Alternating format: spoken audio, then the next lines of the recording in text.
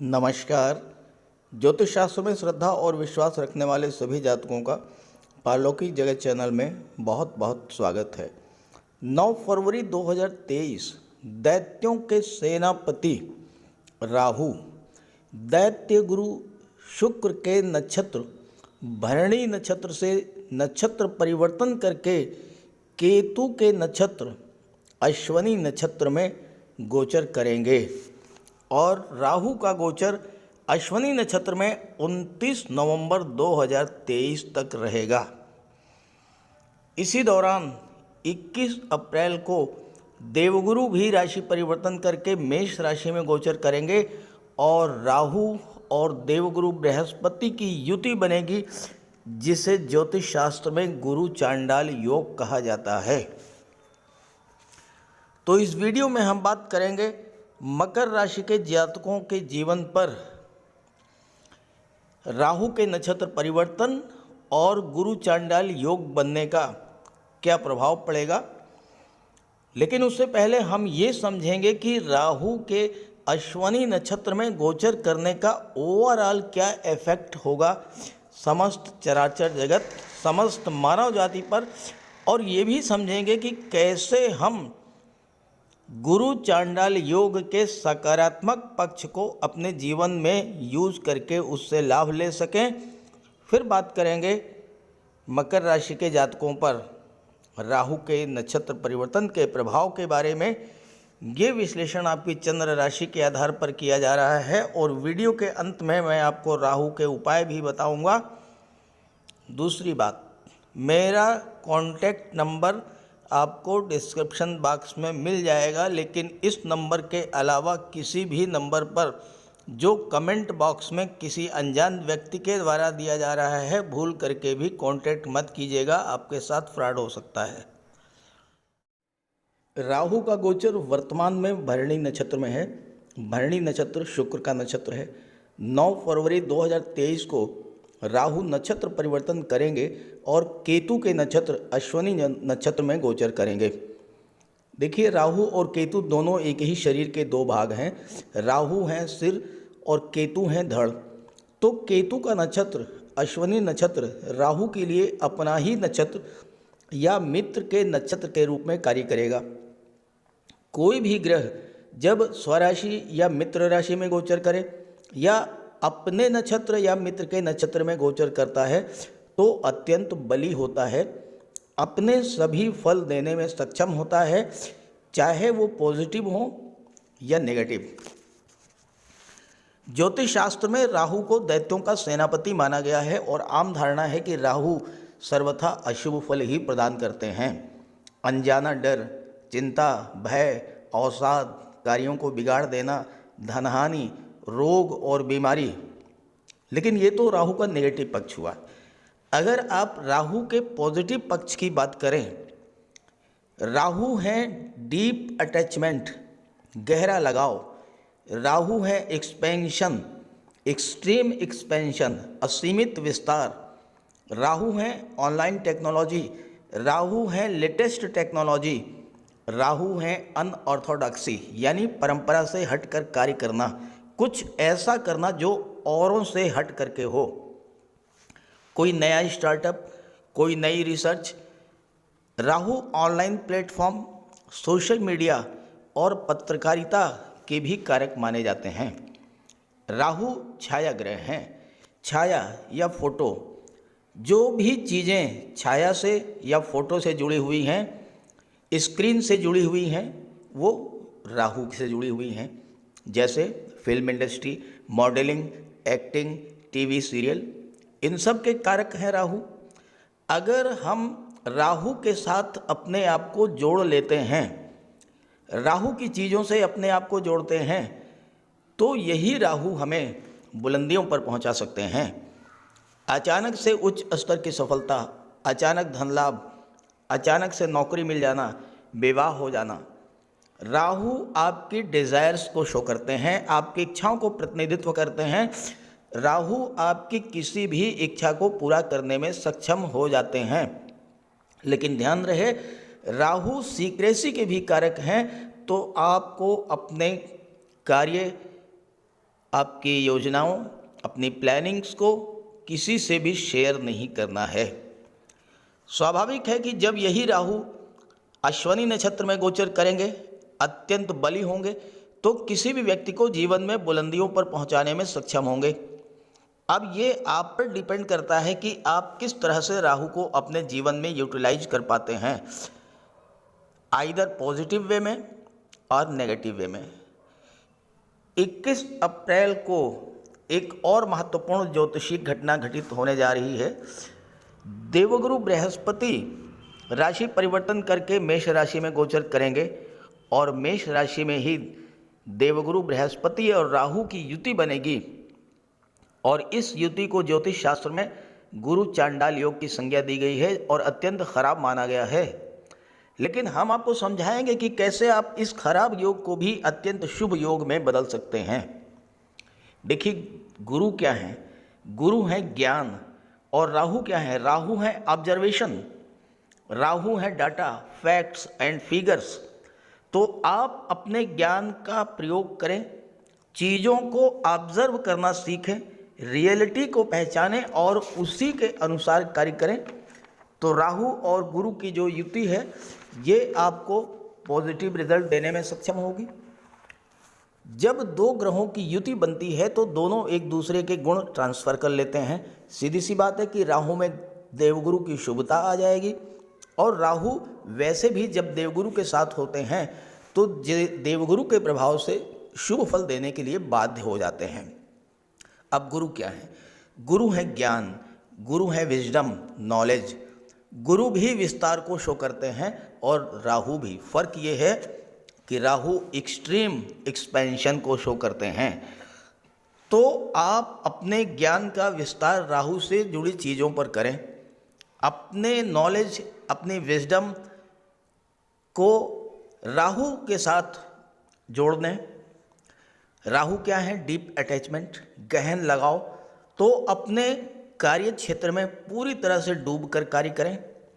राहु है अनऑर्थोडॉक्सी, आप अपने कार्य को कुछ नए तरीके से करने की सोचें, कुछ नया करें। राहु है ऑनलाइन एक्टिविटीज़, प्रयास करें कि ज़्यादातर ऑनलाइन बिजनेस से जुड़ें। और आप देख भी रहे होंगे कि जो जितना ज़्यादा ऑनलाइन एक्टिविटीज़ से जुड़ रहा है उतना ही वो सफल हो रहा है। राहु हैं विदेश के कारक, स्थान परिवर्तन कर दें, कार्य क्षेत्र का विस्तार विदेशों में करें, यानी अपनी मातृभूमि से हटकर अन्यत्र किसी दूसरे शहर, किसी दूसरे राज्य से अपने कार्य व्यवसाय को जोड़ें। अपने आप को अपडेट रखें, डाटा, फैक्ट्स, फिगर्स की जानकारी रखें, लेटेस्ट टेक्नोलॉजी से जुड़ें, कुछ अलग कोई नया स्टार्टअप करने का प्रयास करें और फिर देखें कि ये राहु किस तरह से आपको बुलंदियों पर पहुंचाते हैं। अब एक बात आपको और ध्यान में रखनी है कि राहु का गोचर मंगल की राशि मेष राशि में है। मंगल है क्रोध, है मंगल है एग्रेशन, मंगल है जल्दबाजी। ध्यान रखना है, क्रोध से बचें, जल्दबाजी से बचें, लड़ाई झगड़ों से दूर रहें, क्योंकि राहु इन चीज़ों को मल्टीप्लाई कर देते हैं। मंगल क्या है? मंगल आपका पराक्रम, आपका जोश, आपकी ऊर्जा। आप अपनी ऊर्जा का प्रयोग सकारात्मक दिशा में करें, राहु उसे एकदम से बढ़ा करके एक्सट्रीम पर पहुंचा देंगे और फिर आपको हर क्षेत्र में मनचाही सफलता प्राप्त हो जाएगी। अब बात करेंगे अलग अलग राशि के जातकों पर राहु के नक्षत्र परिवर्तन और देवगुरु और राहु की युति का क्या प्रभाव पड़ेगा। तो ये है मकर राशि के जातकों की कुंडली। राहु का गोचर 9 फरवरी को आपकी कुंडली के चतुर्थ भाव में होगा, अश्वनी नक्षत्र में। कुंडली का चौथा भाव होता है माता का, मातृभूमि का, भौतिक सुख सुविधाओं का और मानसिक शांति का।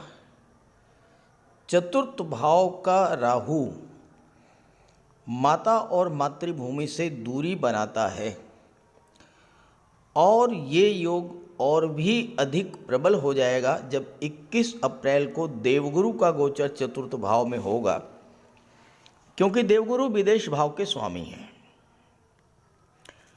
अगर आप बहुत दिनों से विदेश जाने की सोच रहे थे लेकिन आपकी ये मनोकामना पूरी नहीं हो पा रही थी, तो अब इस समय 9 फरवरी से 29 नवंबर के बीच आपके विदेश जाने का प्रबल योग बनेगा। विदेश से धन प्राप्ति का योग बनेगा। पैतृक संपत्ति का कोई विवाद था, जैसे ही 21 अप्रैल को देवगुरु का गोचर यहाँ पर होगा, पैतृक संपत्ति का विवाद सुलझ जाएगा और आपको पैतृक संपत्ति का लाभ मिलेगा। कुंडली का चौथा भाव सुख भाव कहा जाता है। राहु आपको भौतिक सुखों की ओर मोड़ देंगे। बड़ा घर, बड़ा वाहन, इसकी चाहत बढ़ेगी और आप ये सब प्राप्त भी कर लेंगे। यहाँ पर राहु आपकी महत्वाकांक्षा में वृद्धि करेंगे, आपके सोशल सर्किल का विस्तार करेंगे। राजनीति में है तो जनता से जुड़ाव बढ़ेगा, मान सम्मान की प्राप्ति होगी। राहु यहाँ पर आपको धन, वाहन, मित्र, भौतिक सुख सुविधाओं के साधन, ये सब कुछ प्राप्त करा देंगे। शासन प्रशासन का सहयोग मिलेगा। शासन प्रशासन के सहयोग से आप अपने कार्यों को गति देंगे, कार्यों को पूरा करेंगे। लेकिन ध्यान रहे, राहु का गोचर मंगल की राशि में हो रहा है और मंगल है क्रोध, उग्रता और जल्दबाजी के कारक। राहु क्या है? भ्रम है। चतुर्थ भाव जो होता है वो रिलेशंस का होता है, संबंधों का होता है। आपके भाई बहनों से, चचा ताऊ से, चचेरे भाई बहनों से, रिलेटिव से, जो आपके रिलेशंस हैं, अगर आपने जल्दबाजी में कोई डिसीजन ले लिया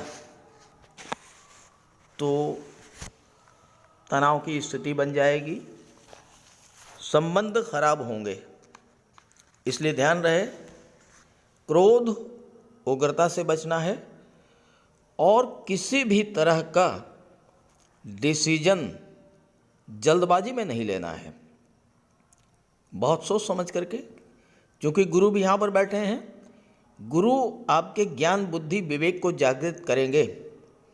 अब गुरु को यूटिलाइज कीजिए, अपने ज्ञान का प्रयोग कीजिए और किसी भी तरह की कोई विवाद की स्थिति अगर है भी तो उसे शांति से बैठ करके सॉल्व कीजिए। अब देखिए, जैसे ही गुरु यहाँ पर आएंगे 21 अप्रैल को, आपको मानसिक शांति की प्राप्ति होगी। गुरु और राहु दोनों को 3 दृष्टियाँ प्राप्त हैं, पंचम, सप्तम और नवम। राहु की भी और गुरु की भी पंचम दृष्टि कुंडली के अष्टम भाव पर पड़ेगी। अष्टम भाव क्या है? अष्टम भाव आकस्मिक घटनाओं का है, आयु का है, मृत्यु का है, सांघातिक रोगों का है, रिसर्च का है, ज्योतिष, तंत्र मंत्र, गुप्त विद्याओं, गुप्त रहस्यों, गुप्त धन का है। अष्टम भाव गुप्त धन का है। पैतृक संपत्ति का लाभ मिलेगा, वसीयत या विरासत से धन का प्राप्त होगा, अचानक से गुप्त धन की प्राप्ति होगी। लॉटरी, शेयर, कोई प्रॉपर्टी, ससुराल पक्ष से, इंश्योरेंस के क्षेत्र से, गवर्नमेंट रिटायर्ड पर्सन हैं, बीमा, ग्रेचुटी, फंड, इन सब का लाभ मिलेगा। राहु ससुराल के कारक होते हैं, ससुराल से धन तो प्राप्त होगा, लेकिन ध्यान रहे, ससुराल पक्ष से संबंध आपको खराब नहीं करने हैं। कैसे भी हो, ससुराल पक्ष से संबंधों को बेहतर बना के रखना है, तभी राहु आपको पॉजिटिव रिजल्ट देंगे। अष्टम भाव भूमि के नीचे के पदार्थों का होता है। अब अगर आप petrol, diesel, gas, mines, minerals, chemical products, rubber, scrap, medicines, transport, tourism, इन सब के क्षेत्रों से जुड़े हैं, राहु बहुत अच्छा रिजल्ट देंगे आपके लिए। अष्टम भाव ऑडिट का होता है, टैक्सेशन का होता है। आप चार्टर्ड अकाउंटेंट हैं, टैक्स कंसल्टेंट हैं, राहु आपके लिए बहुत अच्छे हैं। अष्टम भाव रिसर्च का है, आप कोई नई खोज कर सकते हैं। और सबसे बड़ी बात यह है कि अगर आप कार्य क्षेत्र में कुछ नया करना चाहते हैं, क्योंकि अष्टम भाव ट्रांसफॉर्मेशन का होता है, बदलाव का होता है, कोई नई खोज, कोई नया इनोवेशन, यहाँ पर राहु आपकी पूरी तरह से हेल्प करेंगे। अष्टम भाव तंत्र मंत्र ज्योतिष का होता है। राहु आपको तंत्र मंत्र की ओर भी मोड़ सकते हैं। और बहुत से जातक जिनकी जन्म कुंडली में अष्टम में राहु का गोचर है, वो तंत्र मंत्र से गुप्त दैवी शक्तियों को सिद्ध कर लेते हैं और मनचाहा कार्य कराने में सक्षम होते हैं। इतनी क्षमता होती है राहु में। अष्टम भाव में राहु पुश्तैनी जायदाद या वसीयत से धन आपको प्राप्त करा देंगे। राहु विदेश के कारक होते हैं। अगर आप मेडिकल सर्जरी के क्षेत्र में हैं, आपको विदेश जाने का योग बन जाएगा। इंजीनियरिंग या टेक्नोलॉजी के क्षेत्र से जुड़े हैं, उच्च स्तर की सफलता मिलेगी। अष्टम भाव पर राहु की दृष्टि, गुरु की दृष्टि आपको एक अच्छा डाटा एनालिस्ट, अच्छा चार्टर्ड अकाउंटेंट, अच्छा कलाकार और फिल्म इंडस्ट्री या टीवी सीरियल से भी आपको जोड़ सकता है। यहाँ पर गुरु की दृष्टि भी पड़ेगी। और अगर आपकी ज्योतिष में रुचि है तो आप बहुत अच्छे ज्योतिषी बन सकते हैं, बहुत अच्छे एस्ट्रोलॉजर बन सकते हैं। साथ ही साथ धार्मिक कर्मकांड कराने वाले, धर्मोपदेशक, धर्मगुरु के रूप में भी आपको नाम, यश, धन सब कुछ प्राप्त होगा।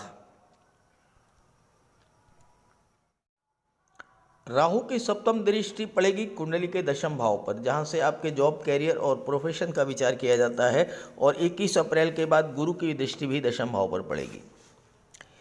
राहु का नक्षत्र परिवर्तन आपके जीवन में बहुत बड़ा सकारात्मक परिवर्तन लेकर आ रहा है, क्योंकि राहु का गोचर दशम भाव में,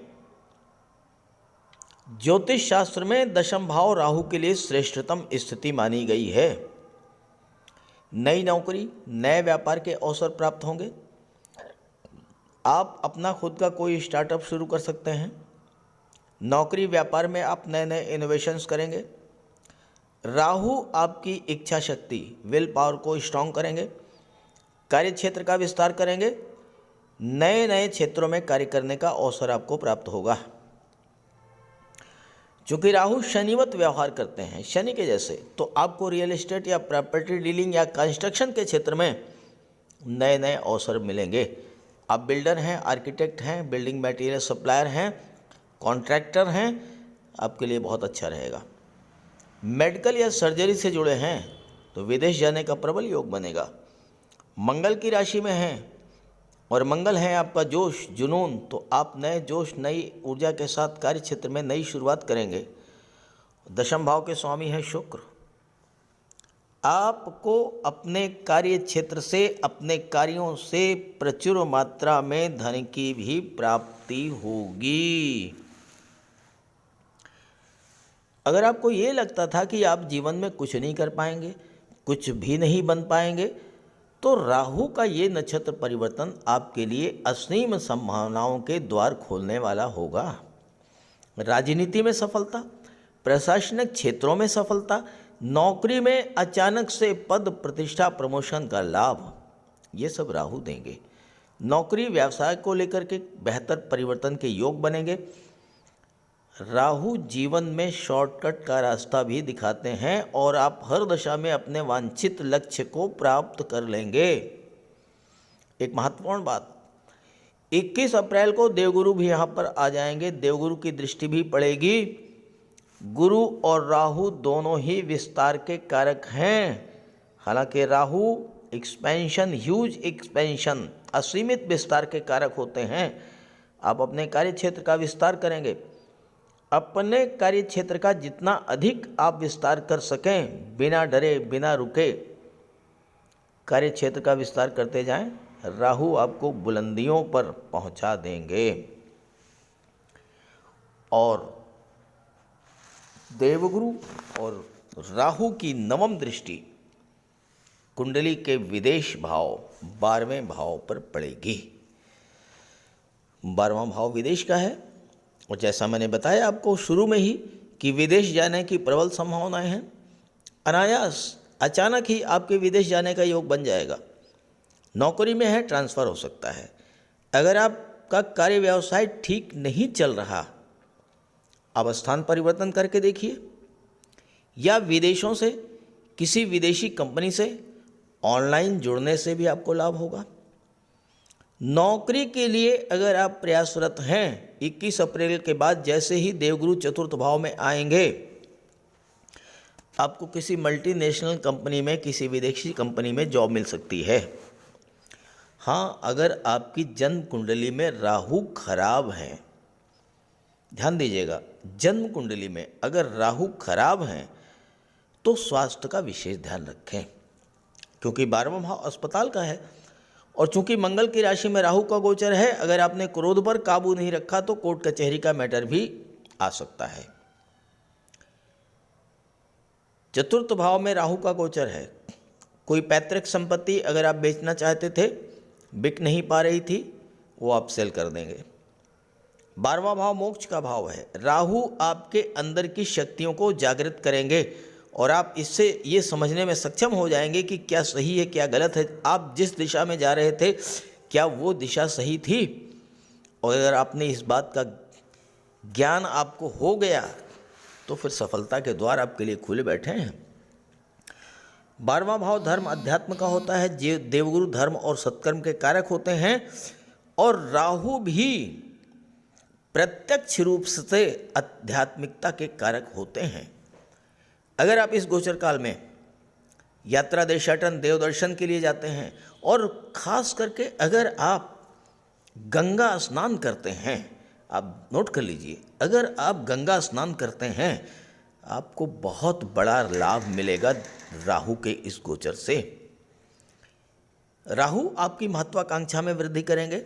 मंगल की ऊर्जा, देवगुरु के ज्ञान के बल पर आप जीवन में तरक्की करेंगे। हालांकि राहु जन्मभूमि से दूरी बनाते हैं, लेकिन आपकी भाग्योन्नति विदेश में ही होगी। इस दौरान यात्राएं आप खूब करेंगे, विदेश यात्राएं होंगी, खर्चे बढ़ेंगे, लेकिन ये खर्चे आप अपनी इच्छाओं की पूर्ति पर करेंगे। अब यहाँ पर राहु आपको रोग से बचाएंगे, शत्रु से बचाएंगे, कोर्ट कचहरी में विजय दिलाएंगे, विदेशों से धन दिलाएंगे। राहु का और बेहतर रिजल्ट आप पाना चाहते हैं, ओम नमः शिवाय का जाप प्रतिदिन 108 बार करें और सोमवार के दिन भोलेनाथ को दुग्ध अर्पित करें। और इसके अलावा अगर आपके जीवन में राहु की महादशा, अंतर्दशा, प्रत्यंतर दशा गतिमान है, राहु का उपाय अवश्य करें। तो बात करते हैं राहु के उपायों पर।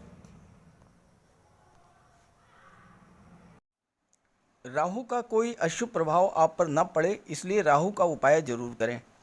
राहु का सबसे बढ़िया उपाय है मोर पंख। देखिए, राहु को सर्प का स्वरूप माना गया है और मोर सर्प को खा जाता है, तो जहाँ पर मोर पंख रहता है वहाँ पर राहु का प्रवेश नहीं होता है। अपने घर के मेन डोर पर, बेडरूम में, ड्राइंग रूम में, स्टडी रूम में एक एक मोर पंख लगा दें। एक मोर पंख अपने तकिए के नीचे रखें। जहाँ पर आप कार्य करते हैं, ऑफिस में, वहाँ भी मोर पंख रखें। और अपने बैग में एक मोर पंख ज़रूर रखें और एक सुरमे की डिबिया, ये दो चीज़ें अपने बैग में हमेशा रखें। और एक छोटी सी चांदी की गोली अपनी जेब में रखें। इससे राहु और बुध दोनों का उपाय हो जाता है। काले कुत्ते को भोजन दें, काली गाय की सेवा करें, इससे राहु, केतु और शनि तीनों ही प्रसन्न होते हैं। कुष्ठ आश्रम में जाकर के या दिव्यांगों को भोजन का दान दें। और एक नारियल शनिवार के दिन अंधेरा होने पर अपने सिर के एंटी क्लॉकवाइज 7 बार घुमा करके नदी में बहा दें। दुर्गा माता का आशीर्वाद प्राप्त करें, दुर्गा चालीसा का पाठ करें। सोमवार के दिन शिवलिंग पर अभिषेक करें। सफ़ेद चंदन का टीका लगाएं और एक सफ़ेद चंदन का टुकड़ा अपने पास रखें। घर में कपूर की धूनी दें। ये छोटे छोटे से उपाय हैं। अगर आप इन उपायों को करते हैं तो निश्चित रूप से राहु के सभी शुभ फल आपको प्राप्त होंगे। तो उपाय ज़रूर कीजिएगा, लाभ मिलेगा। और जब लाभ हो तो कमेंट करके बताइएगा और ये वीडियो अपने साथियों को, अपने मित्रों को भी शेयर कर दीजिएगा। नमस्कार।